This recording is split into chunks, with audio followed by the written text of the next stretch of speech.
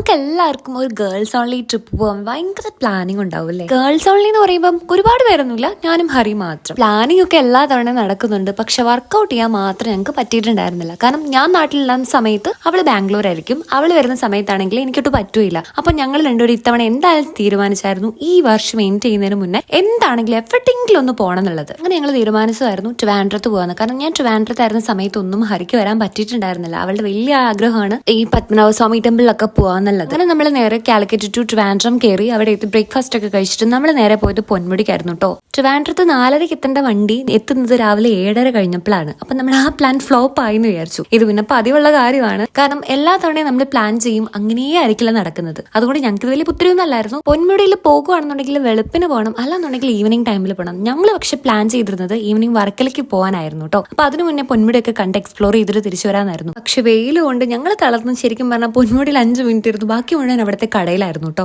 സംഭവം നേരിട്ട് വർക്കിലേക്ക് പോയാൽ മതിയായിരുന്നു, പക്ഷെ ട്രെയിൻ ടിക്കറ്റ് കിട്ടാത്തതുകൊണ്ട് നമുക്ക് നേരെ ട്രിവാൻഡ്രത്ത് ബസ്സിന് വരേണ്ടി വന്നിരുന്നു. അതാണ് ആക്ച്വലി നടന്നത്. പൊന്മുടിനൊക്കെ ഒന്ന് നേരെ നമ്മൾ വർക്കിലേക്ക് ട്രിവാൻഡ്രത്ത് ട്രെയിൻ കയറിട്ടോ. തളർന്ന് വന്നു കഴിഞ്ഞ് ട്രിവാൻഡ്രം എത്തിക്കഴിഞ്ഞപ്പോഴത്തേക്കും ട്രെയിനിൽ സീറ്റേ ഇല്ല. പിന്നെ അവിടെ നിന്ന് വർക്കല എത്തിക്കഴിഞ്ഞ് ഞങ്ങൾ 6:30 വർക്കല എത്തിയെങ്കിൽ ഞങ്ങൾ ഒരു റൂം എടുത്തപ്പോഴത്തേക്ക് 8 മണിയായിരുന്നു കേട്ടോ. വീക്കെൻഡ് ആയതുകൊണ്ട് നല്ല റഷായിരുന്നു, നല്ല റേറ്റും ആയിരുന്നു. അത് അന്വേഷിച്ച് സേഫ്റ്റിയും ഒക്കെ നോക്കിയിട്ട് നമ്മളൊരു റൂമിൽ എത്തിപ്പെടാൻ ഏറെക്കുറെ 1.5 മണിക്കൂർ എടുത്തു. ഞങ്ങൾ ബുക്ക് ചെയ്തിട്ടൊക്കെ ആയിരുന്നു പോയത്, പക്ഷെ അവിടെ എത്തിക്കഴിഞ്ഞപ്പോഴത്തേക്കും നമുക്കത് ഭയങ്കര നെഗറ്റീവ് അടിച്ചു കേട്ടോ. അങ്ങനെ ആ ഒരു ബാഡ് അടിച്ചതുകൊണ്ടാണ് വീണ്ടും നമ്മൾ വേറെ റൂം നോക്കാന്ന് പറഞ്ഞിട്ട് ശരിക്കും പറഞ്ഞാൽ അന്വേഷിച്ചത്. എനിക്ക് പറയാനുള്ള ഇവിടെ വരുന്ന ഗേൾസിനോടാണ് ശരിക്കും നന്നായിട്ട് നോക്കി അന്വേഷിച്ചിട്ടൊക്കെ പോവാ. നമ്മുടെ കൂട്ടത്തിലൊരു ബോയ്സ് ഒക്കെ ഉണ്ടെങ്കിൽ നമുക്ക് അത്ര കുഴപ്പമില്ല. ഇല്ലാന്നുണ്ടെന്നുണ്ടെങ്കിൽ നല്ല രീതിയിൽ ട്രസ്റ്റ് ഉറപ്പ് വരുത്തിയിട്ട് മാത്രമേ നമ്മൾ റൂംസ് ഒക്കെ എടുക്കാവുള്ളൂ.